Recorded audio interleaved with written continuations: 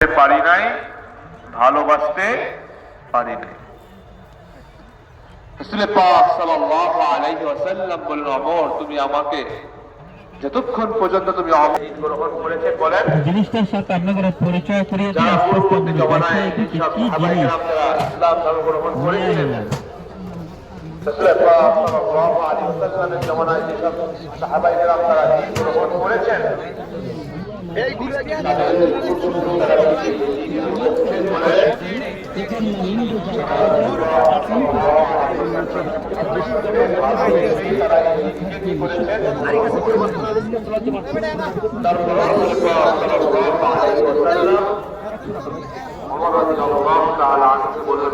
তুমি আমাকে কতটা মুহাব্বত করো, ভালোবাসো, তোমার নিজের জীবনের থেকে আমি রাসূলকে মুহাব্বত করতে পেরেছো, ভালোবাসতে পেরেছো।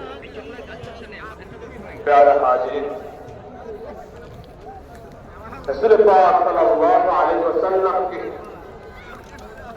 আপনি এই দুনিয়াতে যদি আপনি যাকে মুহাব্বত করবেন, ভালোবাসবেন, কাল কিয়ামতের ময়দানে সেই ভয়াবহ হাসরের ময়দানে আল্লাহ রাব্বুল আলামিনের সম্মুখে আপনি দুনিয়াতে যাকে মুহাব্বত করবেন, ভালোবাসবেন, কাল কিয়ামতের ময়দানে ওই ব্যক্তির সঙ্গে আপনার কি করতে হবে?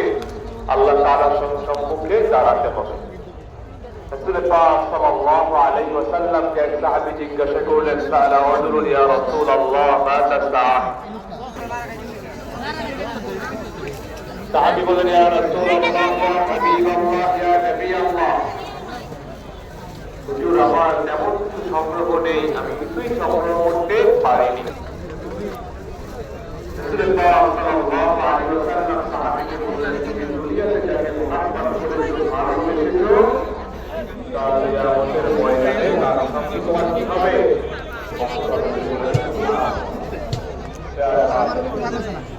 আমরা দুনিয়াতে মুহাব্বত করব,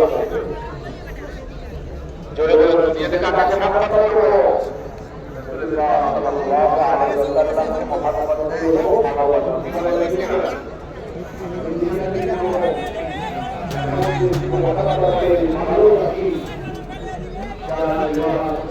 আশা করি একটা এত কম আমার কাছে ব্ল্যাক এক্সেস আছে নাকি?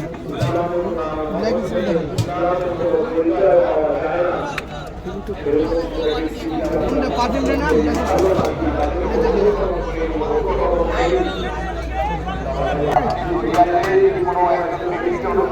অনুকরণ করে তার